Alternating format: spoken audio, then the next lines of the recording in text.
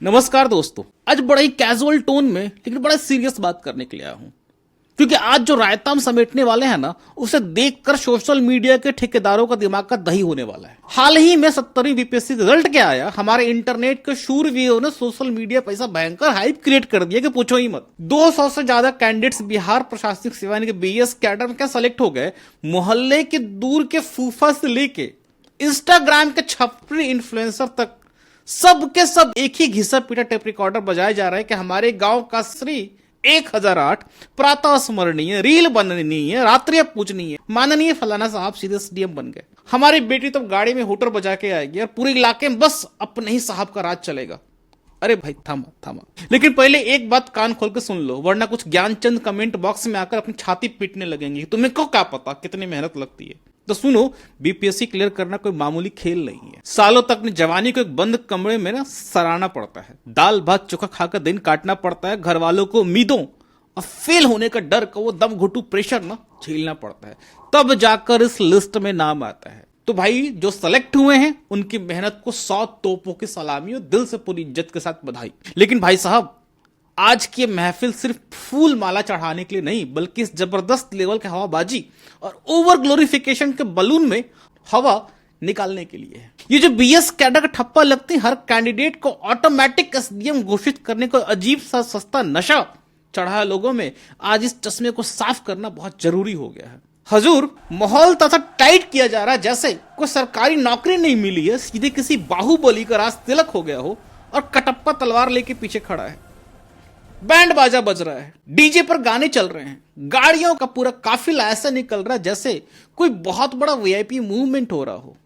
चौराहे पर इतने बड़े फ्लेक्स बैनर टांग दिए गए हैं कि भाई उससे तुम समियाना बना लो पूरा का पूरा। और इंस्टाग्राम पर स्लो मोशन एंट्री मारते हुए रील्स का ऐसा भारी सोशल ड्रामा तैयार किया जा रहा है, क्या बात ही करे उसका। मगर इस चमचमाती और जबरदस्ती चमकाई गई रील के पीछे जो असली कड़वा सच है, उस पर उन रील बाजों ने अपनी आंखें पूरी तरह से मूंद रखी हैं। जब एक सिलेक्टेड कैंडिडेट के घर ढोल नगाड़े बज रहे होते हैं, ठीक उसी वक्त हजारों असफल कैंडिडेट्स के छोटे कमरों में एक खौफनाक और डरावनी चुप्पी पसर जाती है। घर के माँ बाप तुरंत अपना सबसे घातक हथियार निकालते हैं, दे दनादन, देखो फलनवा का लड़का तो अफसर बन गया। तुम सालों से तैयारी ही कर रहे हो। इसके बाद दूर दराज वाले रिश्तेदार एकदम एक्टिव मोड में आ जाएंगे, जो आपके तैयारी के दिनों में कभी भी जेन्युइनली नहीं चाहते थे कि आपका सिलेक्शन हो।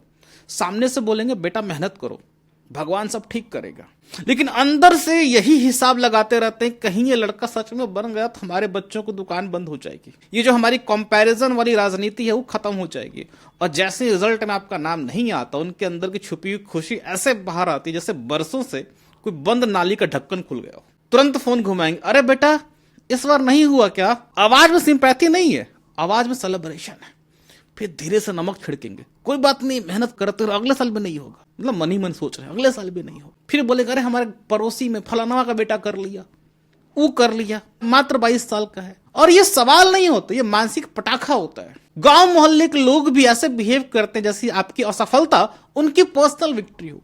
शायद बीपीएससी का फुल फॉर्म नहीं पता होगा, लेकिन वो अचानक से रिजल्ट एनालिस्ट बन जाएंगे। बोलेंगे अरे इतने साल पटना में रहा फिर भी नहीं निकला। मतलब उन्हें आपकी मेहनत का दुख नहीं, आपकी हार की खबर से मिलता हुआ जो अंदरूनी सुख है वो छुपाना मुश्किल हो रहा है। यही लोग सिलेक्शन होने पर सबसे आगे माला लेकर खड़े होंगे, लेकिन नहीं होने पर सबसे पहले ताना लेकर खड़े होंगे। और उस नाकाम एस्पिरेंट के सीने में जो कुंठा, फ्रस्ट्रेशन, शर्म और भीतर तक बिखर जाने वाली जो टूटन पैदा होती है ना, उससे ये तमाशा देखने वाली दुनिया कभी देख नहीं पाती, क्योंकि हमें सिर्फ सिलेक्टेड कैंडिडेट की चमकीली माला दिखती है।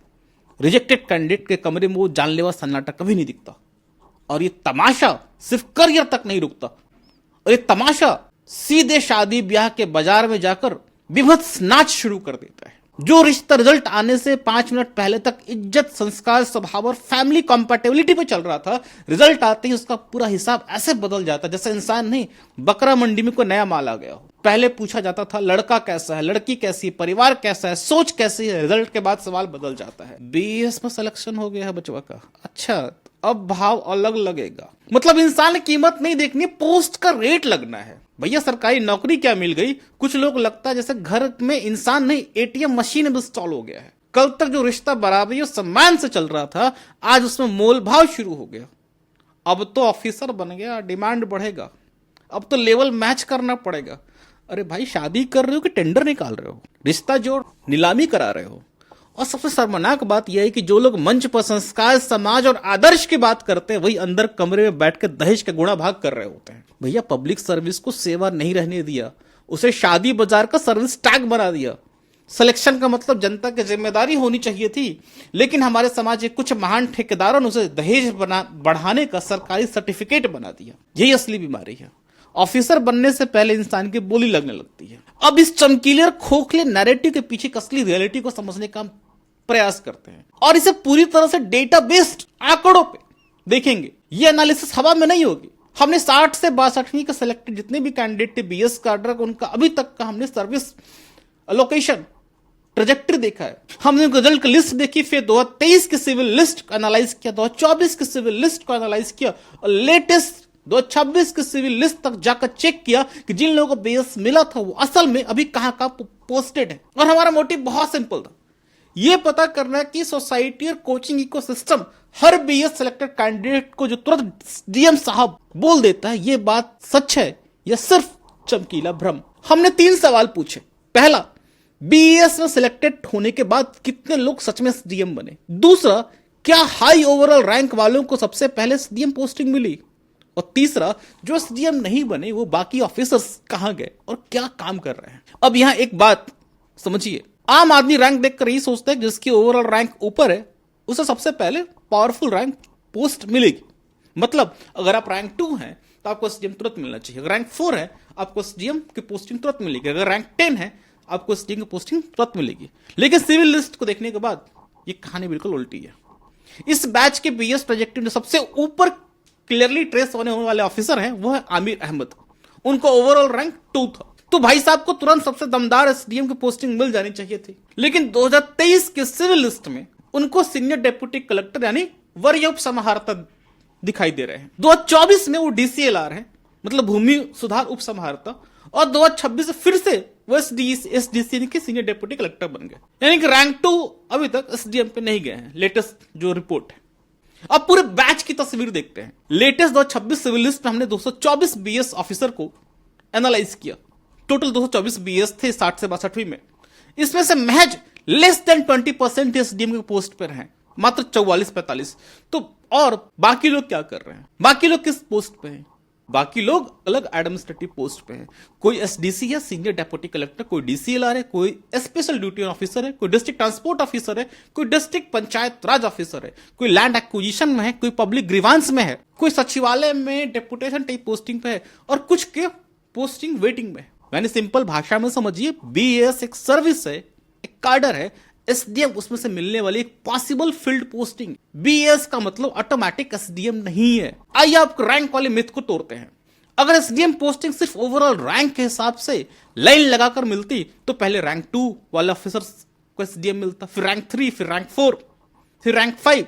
लेकिन एक्चुअल डेटा में कोई ऐसा सीधा फॉर्मूला नहीं दिखा। 2023 में कुछ लोअर रैंक ऑफिसर्स एसडीएम बन गए, जबकि ओवरऑल जो रैंक 2 था वो एसडीएम नहीं बना। 60 से 62वीं के बैच में जिनकी ज्वाइनिंग 2019 में होती है, जुलाई के आसपास, जून जुलाई की लिस्ट में इनका नाम दिखता है, 2023 में 4-5 या 5-6 लोग एसडीएम बनते हैं, लेकिन कोई भी टॉप रैंक नहीं है। 2023 में जो फास्टेस्ट विजिबल एसडीएम ग्रुप दिखा उसमें धनंजय कुमार ओवरऑल रैंक 21 पे हैं, शिवानी शुभम ओवरऑल रैंक 89 पे थी, अभिषेक कुमार ओवरऑल रैंक 113 पर थे, अभय कुमार तिवारी ओवरऑल रैंक 120 पे, साकेत कुमार ओवरऑल रैंक 299 और कुमारी तोशी ओवरऑल रैंक 490 पर थी। यानी रैंक 2 वाले ऑफिसर एसडीएम नहीं दिख रहे, लेकिन रैंक 299, रैंक 490 वाले ऑफिसर 2023 में ही एसडीएम दिख रहे हैं।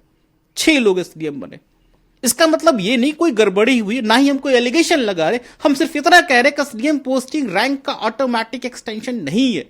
इसके पीछे वैकेंसी भी हो सकती है, डिस्ट्रिक्ट की जरूरत भी हो सकती है, ट्रांसफर साइकिल हो सकता है, रोटेशन हो सकता है, डिपार्टमेंट का डिसीजन हो सकता है। लेकिन जब तक ये पॉलिसी साफ साफ पब्लिक नहीं होगी तो सवाल तो उठेंगे।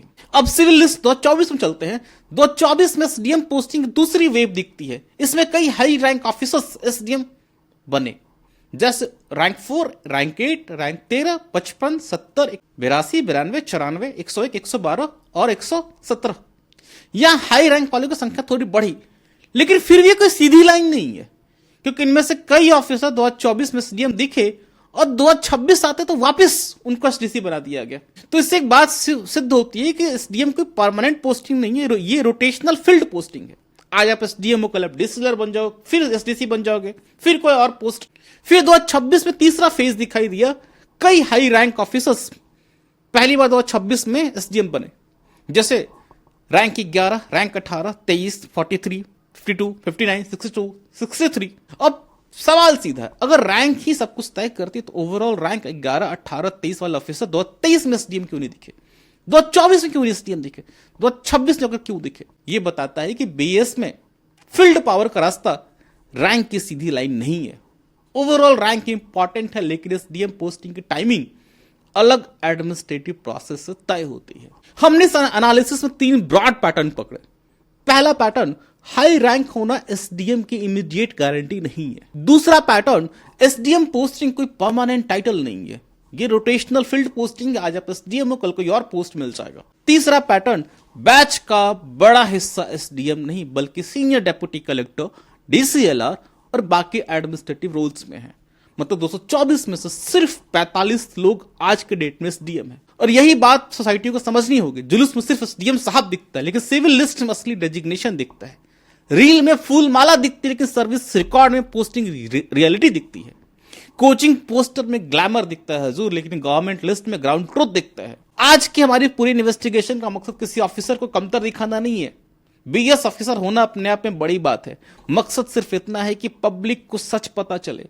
जो कैंडिडेट्स बीएस में सेलेक्ट हुआ है उसे बीएस ऑफिसर बोलिए, जब तक वो एसडीएम पोस्टिंग पर ना जाए। जब एसडीएम बन जाएगा एसडीएम बोलिए, एसडीएम साहब बोलिए। लेकिन सिलेक्शन के दिन से ही हर बीएस कैंडिडेट को एसडीएम घोषित करना वैसे ही है जैसे किसी ने मेडिकल कॉलेज में एडमिशन ले लिया और आपने उसको उसी दिन से सर्जन साहब बोलने लगे। भाई रास्ता शुरू हुआ है, ऑपरेशन थिएटर दूर है। अब आइए इस पूरी कहानी में एक और बड़ा ट्विस्ट समझते हैं, वो है डीसीएलआर यानी deputy collector of land reforms, Hindi में भूमि सुधार उप समाहर्ता। आम भाषा में समझिए, ये जमीन जायदाद वाले मामलों की बहुत ही महत्वपूर्ण कुर्सी है। म्यूटेशन अपील, लैंड रिफॉर्म्स, जमीन के डिस्प्यूट्स, रेवेन्यू रिकॉर्ड्स, सरकारी जमीन एक्विजिशन कोऑर्डिनेशन, यानी जहां जमीन का मामला वहां डीसीएलआर की भूमिका बहुत ही भारी है। तो डीसीएलआर भी एक बहुत ही मजबूत फील्ड पोस्टिंग मानी जाती है, क्योंकि एसडीएम के बाद लोग डीसीएलआर बनना ही प्रेफर करते हैं।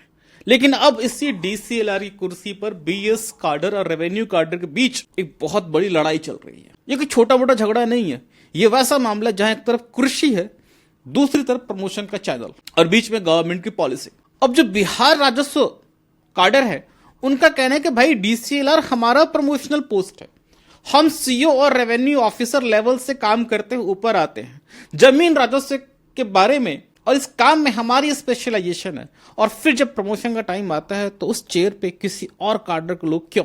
उनका दर्द एक लाइन में समझो, प्रमोशन कागज पर हमारा, कुर्सी फील्ड में किसी और को। और ये फ्रस्ट्रेशन जेन्युइन है कि पॉलिसी कॉन्फ्लिक्ट ये कोर्ट और गवर्नमेंट तय करेंगे। इनफैक्ट कोर्ट ने राजस्व वालों को के फेवर जजमेंट भी दे चुकी है। वहीं पे दूसरी तरफ बीएस और गवर्नमेंट साइड का ब्रॉड लॉजिक ये रहा है कि डीसीएलआर में डेप्यूटी कलेक्टर वाला एग्जीक्यूटिव कैरेक्टर भी है, और लंबे समय तक बीएस ऑफिसर इस पोस्ट को संभालते रहे हैं। रेवेन्यू सर्विस स्ट्रक्चर पहले उतना मैच्योर नहीं था, प्रमोटेड ऑफिसर्स की कमी थी, इसलिए एडमिनिस्ट्रेशन ने बीएस ऑफिसर को डीसीएलआर पोस्ट पर लगाया। गवर्नमेंट यह भी कह सकती है कि पोस्टिंग और कार्डर एलोकेशन पॉलिसी मैटर है, लेकिन नए एस्पिरेंट को इस पूरे डिस्प्यूट का असली मतलब यह समझना चाहिए। कल को अगर डीसीएलआर का बड़ा हिस्सा जो आज एसडीएम और के समकक्ष है वो निकल कर रेवेन्यू कार्डर के पास चला गया, तो बीएस ऑफिसर की फील्ड पोस्टिंग की एक बहुत बड़ी खिड़की बंद हो जाएगी। अभी जो लोग हर बीएस सिलेक्टेड कैंडिडेट को एसडीएम साहब बोलकर हवा उड़ा रहे हैं,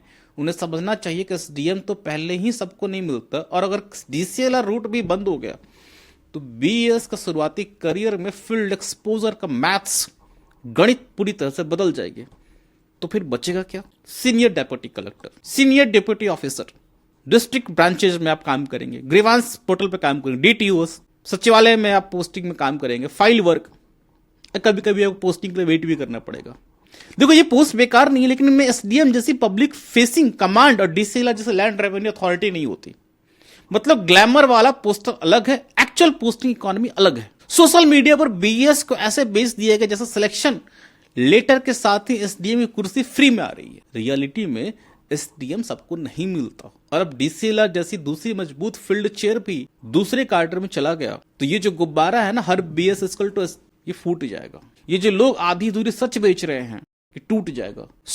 अब आओ, अब एक और बहुत ही महत्वपूर्ण मुद्दे बात करते हैं। सबसे पहले पोस्टिंग आपकी होती है as SDC, senior deputy collector. अब जरा उस पोस्ट की सच्चाई को देखते हैं जो पूरे बैच में सबसे बड़ा ग्रुप बनकर सामने आया। मेजॉरिटी 60 से 62वीं बैच के लोग सीनियर डेप्यूटी कलेक्टर यानी कि वरीय उप समाहर्ता पे पोस्टेड। नाम सुनते ही पब्लिक के दिमाग में वही सिनेमा वाला सीन चलने लगता है। साहब गाड़ी से उतरेंगे, पीछे स्टाफ दौड़ेगा, सामने भीड़ खड़ी होगी और साहब वही मौके पर फैसला सुना देंगे। मतलब पूरा सिंघम विद सरकारी सील वाला इमेजिनेशन। लेकिन भाई रियलिटी इतनी फिल्मी नहीं है। सीनियर डेप्यूटी कलेक्टर की पोस्टिंग कई बार बहुत ऑफिस डेस्क हैवी होती है। ये कलेक्ट्रेट सिस्टम के अंदर file, noting, report compliance, branch supervision वाले काम किया करते हैं। दिन भर फाइल्स आएंगी, डाक आएंगी, ऊपर से लेटर आएगा, नीचे से रिपोर्ट आएगी, मीटिंग के माइन्यूट्स बनेंगी, डिपार्टमेंट को रिप्लाई जाएगा, इलेक्शन का डेटा कंपाइल होगा, डिजास्टर का रिपोर्ट बनेगी, एस्टैब्लिशमेंट फाइल चलेगी, ग्रीवांस फाइल घूमेगी और ऑफिसर पूरा दिन इसी एडमिनिस्ट्रेटिव मशीनरी को चलाने में लगा रहेगा। मैं ये नहीं कह रहा कि सीनियर डेप्यूटी कलेक्टर का छोटा पोस्ट है, बिल्कुल नहीं सर। ये गैजेटेड एडमिनिस्ट्रेटिव पोस्ट है, जिम्मेदारी वाला पोस्ट है, लेकिन इसका इकोसिस्टम एसडीएम जैसा नहीं होता। एसडीएम के पास एक टेरिटोरियल कमांड होती है, वो सब डिवीजन का फेस होता है, पब्लिक विजिबिलिटी होती है। सीनियर डेप्यूटी कलेक्टर कई बार डीएम ऑफिस की इंटरनल मशीनरी का पार्ट होता है। फाइल नीचे से तैयार होगी, उसको क्लर्क प्रोसेस करेगा, बड़ा बाबू पुटअप करेंगे, ऑफिसर नोटिंग करेगा, फिर मैटर डीएम या एडीएम तक जाएगा। यहां पे पावर है लेकिन वो डेलीगेटेड पावर है। आपको डीएम ने वो पावर दिया हुआ है, रिस्पॉन्सिबिलिटी है, लेकिन पब्लिक फेसिंग कमांड बहुत सीमित है। यही बात जुलूस में नहीं बताई जाती। जुलूस में सिर्फ एसडीएम साहब का बोर्ड दिखाया जाता है। रियलिटी में फाइल कवर, नोटिंग शीट, डाक रजिस्टर और कंप्लायंस रिपोर्ट होती है। आपको रील में फ्लावर, गार्लैंड, फूलों की माला दिखाई जाती है, ऑफिस में पेंडिंग फाइल होती है। थंबनेल में एसडीएम लिखा रहेगा, लेकिन एक्चुअल रूम में आपको सर ये फाइल अर्जेंट है, जल्दी इसको लिखिए। इसलिए एस्पिरेंट को सच समझना होगा कि बीएस में सिलेक्शन के बाद शुरुआती करियर का बहुत बड़ा हिस्सा ग्लैमरस फील्ड कमांड नहीं बल्कि कलेक्ट्रेट के अंदर फाइल ड्रिवन एडमिनिस्ट्रेशन होता है। अब बात कोचिंग इकोसिस्टम की। इस फेक हाइप को हवा देने में कोचिंग इंडस्ट्री का भी अच्छा खासा योगदान है। रिजल्ट आते ही थंबनेल बनता है हमारे इंस्टीट्यूट से इतने एसडीएम, पोस्टर बनता है एसडीएम बने हमारे स्टूडेंट्स, रील बनती है गरीब किसान का बेटा एसडीएम। अरे भाई थोड़ा तो डेजिग्नेशन की इज्जत कर लो। कैंडिडेट्स बीएस में सेलेक्ट हुआ है तो उसे बीएस ऑफिसर बोलो। जब एसडीएम पोस्टिंग मिलेगी तो आप उसे एसडीएम बोलिएगा, लेकिन बीएस ऑफिसर लिखने से वो क्लिक नहीं आएगा। सीनियर डेप्यूटी कलेक्टर लिखने से वो ग्लैमर नहीं दिखेगा। इसलिए सबको एक ही ब्रश से पेंट कर दो एसडीएम साहब। और हजूर ये कोई इनोसेंट मिस्टेक नहीं है, ये मार्केटिंग का मसाला है। कोचिंग वालों को पता है कि पब्लिक को नुआंस नहीं चाहिए, पब्लिक को चमक चाहिए। इसलिए कार्डर और पोस्ट का फर्क जानबूझकर धुंधला कर दिया जाता है। जैसे दुकान वाला ऑर्डिनरी मिठाई पे चांदी का वर्क लगा के उसे रॉयल स्वीट बोल देता है, वैसे ही यहां बीएस सिलेक्शन पर एसडीएम का रैपर चढ़ाकर बेच दिया जाता है। और इसका नुकसान कौन उठाता है? Aspirant, family, society. जो सेलेक्ट हो गया है उसे जबरदस्ती हवा पे चढ़ा दिया जाता है, जो सेलेक्ट नहीं हुआ उसे बेकार साबित कर दिया जाता। पेरेंट्स कंपैरिजन शुरू कर देते, रिश्तेदार ताना मारते हैं, गांव वाले रिजल्ट एनालिस्ट बन जाते हैं और कोचिंग वाले सक्सेस स्टोरी बेचते हैं और बेचारा स्टूडेंट अपनी मेहनत का हिसाब समाज के ठेकेदारों को देने लगता है। सिलेक्टेड कैंडिडेट्स की मेहनत सम्मान के लायक है, इसमें कोई डाउट नहीं, लेकिन अनसक्सेसफुल कैंडिडेट्स की डिग्निटी भी उतनी ही इंपॉर्टेंट है। किसी का सिलेक्शन सेलिब्रेशन हो सकता है, लेकिन किसी दूसरी का सफलता का पब्लिक ट्रायल नहीं होना चाहिए। बीपीएससी क्लियर करना अचीवमेंट है, लेकिन बीपीएससी ना क्लियर करना कैरेक्टर सर्टिफिकेट नहीं है। और सिलेक्टेड कैंडिडेट्स को भी यह बात समझनी चाहिए कि पब्लिक सर्विस में सिलेक्शन हुआ है, पब्लिक पे शासन करने का रॉयल लाइसेंस नहीं मिला। आपको जनता की सर्विस करनी है, जनता के ऊपर खड़ा होकर एटीट्यूड नहीं दिखाना है। ऑफिसर बनने से पहले इंसान बनना बहुत जरूरी है। कुर्सी आज है, कल ट्रांसफर हो जाएगा, पोस्टिंग आज है, कल बदल जाएगी, लेकिन एरोगेंस अगर आज आ गया तो परमानेंट डैमेज कर देगा। पेरेंट्स को भी थोड़ा संभलना होगा। अपने बच्चों को किसी और के जुलूस से मत नापिए हजूर। हर घर की कहानी अलग होती है, हर स्ट्रगल अलग होता है, हर रिजल्ट अलग होता है। हर एग्जाम में एक एग्जाम में नाम नहीं आया तो इसका मतलब ये नहीं कि बच्चा खत्म हो गया। और अगर किसी दूसरे घर माला पड़ी है तो इसका मतलब ये नहीं कि आपके घर का बच्चा नाकाम इंसान हो गया, वो भी उतना ही काबिल है। और सरकार से भी सीधा सवाल, अगर पोस्टिंग पॉलिसी ट्रांसपेरेंट हो तो पब्लिक डोमेन में रखिए। एसडीएम पोस्टिंग का क्या क्राइटेरिया है, वैकेंसी मैट्रिक्स क्या है, ट्रांसफर का बेसिस क्या है, किस बैच से कितने लोग एसडीएम बने, कितने लोग डीसीएलआर बने, कितने एसडीसी बने, कितने पोस्टिंग वेट में रहे। सिविल लिस्ट को सिंपल, सर्चेबल और मशीन रीडेबल फॉर्मेट में क्यों नहीं डाला जाता, ताकि लोग पोस्टर देखकर नहीं ऑफिशियल डेटा देखकर समझे कि सिस्टम कैसे चलता है। आइए इस मुद्दे को कंक्लूड करते हैं। मुद्दा बहुत ही सिंपल है। बीईएस सिलेक्शन को सेलिब्रेट कीजिए, दिल खोल कीजिए, लेकिन उसे इंस्टेंट एसडीएम मत बनाइए। सीनियर डेप्यूटी कलेक्टर को छोटा मत समझिए, लेकिन उसे एसडीएम भी मत बताइए। कोचिंग की चमकीली दुकान से बाहर निकलिए, सिविल लिस्ट की रियलिटी देखिए कि गवर्नमेंट सर्विस में असली चीज पोस्टर नहीं है, पोस्टिंग होती है। रील नहीं, रिकॉर्ड होता है, और हाइप नहीं, हायरार्की होती है।